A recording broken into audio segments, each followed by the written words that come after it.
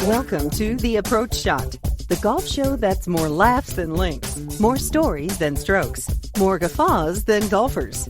Here are the hosts of The Approach Shot, John Ashton and Neal Michaels. One more time, it is us, The Approach Shot. Hello. How are you? I'm good. How are ya? I'm John Ashton, the guy with the bad accent. That's Neal Michaels. That's true, Governor. I'm sorry, I wish I hadn't proved it so quickly. Have you survived the weekend, last weekend? I have, and in fact, it's very interesting because we had such an amazing Masters this year, and because so many people were talking about it. There's kind of a Masters hangover. We're talking about it. We're buzzing about it. I kind of want another major really soon, but it was remarkable.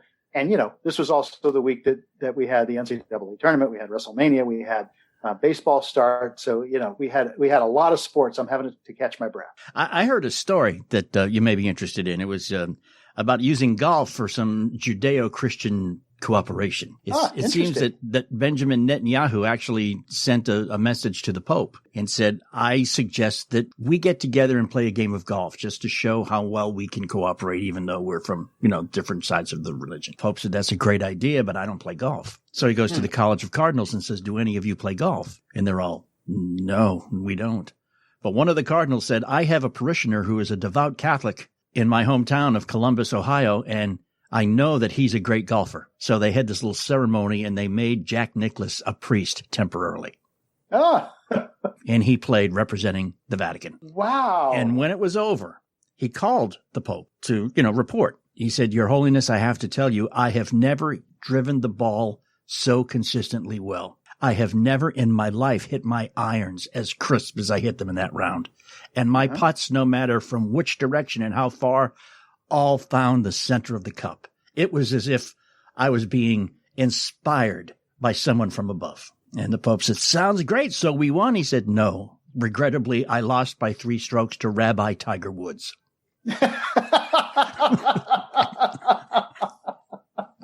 Very good. And by the way, I don't know if you know this, but Benjamin Netanyahu was the original creator of Yahoo.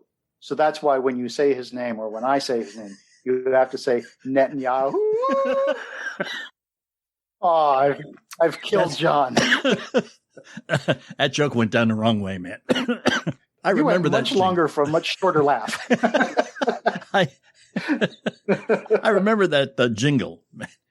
You did not remember that it was associated with Benjamin Netanyahu. I did not.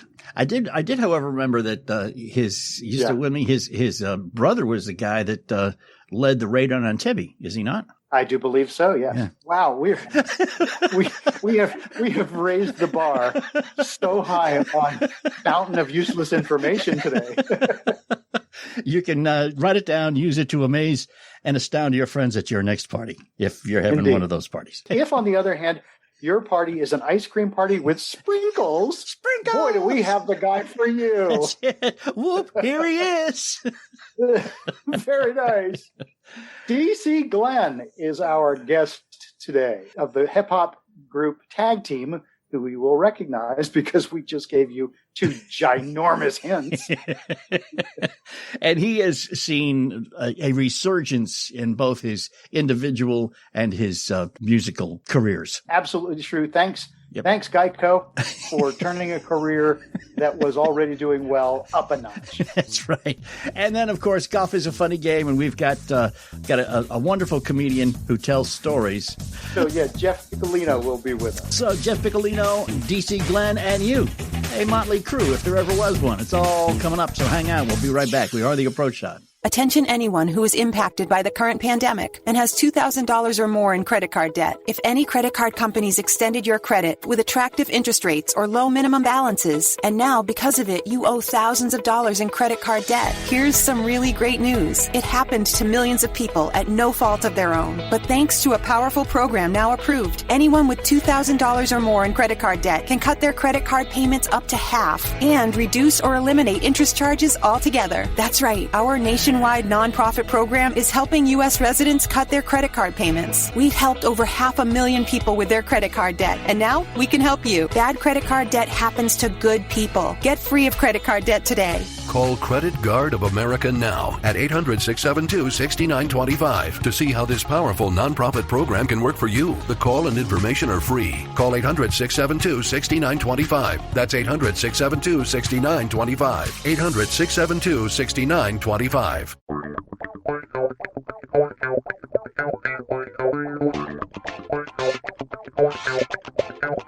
And thanks for hanging with us and coming back to The Approach Shot. I'm John Ashton. He is Neal Michaels. We have DC Glen from the rap group Tag Team. Turn on your TV. You're going to see his commercial any minute now. Everywhere. Everywhere. And DC, we have business trying it. Would you just say it one time? Sprinkle! Look, man, let me tell you something. I've seen that commercial a million times, and every time that comes on, and even though I did it, I still laugh, and I have no reason why. I have no reason why. It does that to everybody, DC. Yes, it does. It's just funny and stupid and all of these things all at once, and it just works, man. It just works. So I don't question it. I just enjoy the ride. And I have to tell you, I've spent a lot of time on the advertising side of the business. Mm-hmm. And the marketing agency out of Richmond are brilliant, creative people. Mm-hmm. For them to be able to take the idea of this cultural phenomenon and turn it into a second wave, and then being able to bring in you guys, but also being able to bring in the actor and actress with you that end up doing the goofy dance to it and stuff. It just made the commercial. And it's amazing because I'm an actor, right? You know, I've transitioned from rapper to licensed commodities broker, then worked in the clubs, and, you know, now I do voiceover. And as soon as I got the word about that commercial, I started preparing. And you would think, preparing for a Geico commercial? But because I, you know, I'm good at improv, and because I am a professional actor, I started work. You know, I said, I want to have 6 or 7 different scenarios that I can use. Mm-hmm. And the first one was the spinning scoop. And I was trying to find a fabricator, and nobody could build a spinning scoop for me. And we had our wardrobe meeting, and I'm like, you know, I go to the director, and I'm like, I got a couple of ideas. He was like, DC, anything you want to do, we can do. I was like, okay. I tried to have a spinning scoop, but I couldn't find nobody to build it for me. He's like, it'll be done tomorrow. I was like, whoa. Oh, okay. Then I said, I want a bunch of sprinkles because I want to do an ode to LeBron James when he goes to the scorer's table and throws up the chalk. I know kids love sprinkles, right? Yeah. So I wanted this commercial to really impact children, because if it impacts children, it makes the parents happy. And then the parents are already going to know who we are just from their youth. Right. I've gotten so much more than I could have bargained for. There was a video of a dog trying to sing it. The dog is actually breaking his neck trying to sing that commercial. And it is unbelievable to me. And I'm just like, what is going on? You know, I put together like 5 or 6 things and we shot them all. And those are the nuances that make that commercial really great. Just with the other actors, we collaborated and we just really worked hard on this commercial. And it wasn't just a commercial to us. It was, this is your shot, pun. You like that pun? This is your shot. You better sink this putt. This is a 3-foot putt for everything. You better sink this putt. No pressure. And I think we won the Masters. I do believe you did, man. You did. Absolutely did. I mean, I time shift all the time in my TV watching, and that's one commercial that I won't fast forward through. No matter how many times, man. It's just so and everybody so fun. Says the same thing. Everybody says the same thing. And usually I'd be talking to you from a hotel room, but because of the pandemic, you get a Geico commercial, your career goes to another level, right? You re-enter the charts. We re-entered the charts. You go on tour.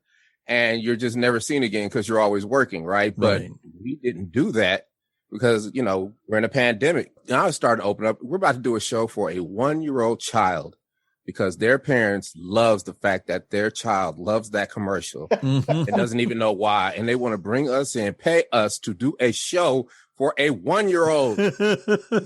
How is that possible? And all the parents' friends. Because the 1-year-old doesn't know. He just wants his ice cream. He doesn't even know. Exactly. That's it. They're showing off for the neighborhood, DC. They're showing off for the neighborhood. And those people have too much money. Too much money. So I took this opportunity.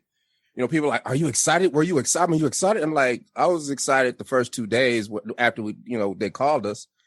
But after that, I knew I had work to do. I'm like, how am I going to take advantage of this where it serves me, where I could take my acting or my voiceover or whatever I do to the next level?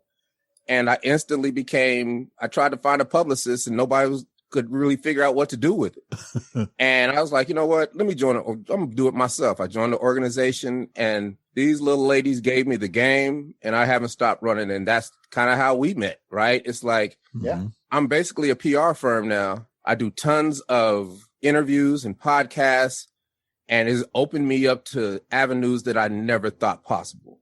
No matter what the subject is, no matter where it's at, who it is, I have a gift of being able to talk to people in a fashion that is constructive and positive, and we have fun. We're going to laugh a lot.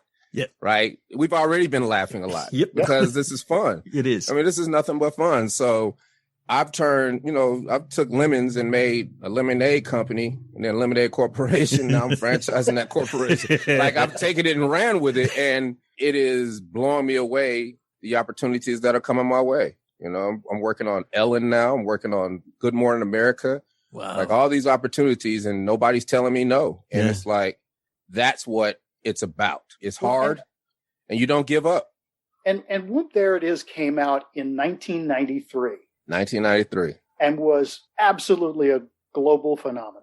Mm-hmm. It was a hip hop song that was pop, that was dance, that was anywhere and everywhere. Mm-hmm. But like anything, it lives and then it trickles down. And so the idea that the people were smart enough to take this global phenomenon and give it a rebirth gave you guys an entire rebirth and brought the song back. Like you said, it's back on the charts. And it's amazing because I don't even think they were thinking like that. They were just like, they're fans. Think about how many Geico commercials they've done. They're running out of stuff. You know what I mean? And it was just like, they told us how it happened. They were like, man, wouldn't it be cool if we did tag team? They're like, what are we going to do? So the first concept was Soup There It Is. Mm-hmm. I'm like, oh my gosh, I'm going to prepare for that. What's some Jerry Seinfeld soup Nazi situation? What is this? Right? That's what I'm thinking. And I'm like, wait a minute. And they were like, no. We're going to do ice cream. And I was like, okay. That's cool. It just worked out because we all working together. Like artists rarely work with the ad agency, right? It's usually a publicist, then the manager, then the record company or whatever. The artist rarely sees anybody in the ad agency. I've dived in head first. You know what I'm saying? I know everybody in the Martin agency. I had a meeting with the CEO this morning. They understand what I'm doing. They follow me on social media because I go hard. I give ideas. I'm like, wouldn't it be great if we had a Scoop There It Is challenge? And I get a call from Geico. We want to be a part of that Scoop There It Is challenge, man. What are you talking about? Everybody starts calling like, so what is this Scoop There It Is challenge? And that's how I know people are watching me. Yeah. So it's very important the moves that I make have a positive impact on people and can be cultivated into something that keeps this thing going. Not just watching you, man, but relating to you and relating to what you're doing. Yes, exactly. Yeah. It's unreal how many people are responding to this in a way that is just, you got I've looked at this 10,000 times and it doesn't get old. And now I'm campaigning to win all the awards. I don't care about winning the award. I want to be nominated. Mm-hmm. I can use the press releases. Yeah. I can use the press juice, right? I can do a press release and then impose my will upon people. I could say, tag team is nominated for this award. And DC is now being trained by Tiger Woods to be a better golfer. Everybody will fall for it, right? Then Tiger Woods will be like, "Hey, man, I kind of, I want to help you out, man." You create your own luck. That's how you use press releases, right? You create your own luck, but it has to be something that grabs people, and then you impose your will upon who you want to impose your will upon through the press release. And I guarantee you, somebody who knows that person whose kids love that commercial say, hey, DC gave you a shout out. He said he wants to do this, that, and that. That might be possible. Mm-hmm. And, you don't, it's not a quid pro quo. It's just, you're throwing things out. You're throwing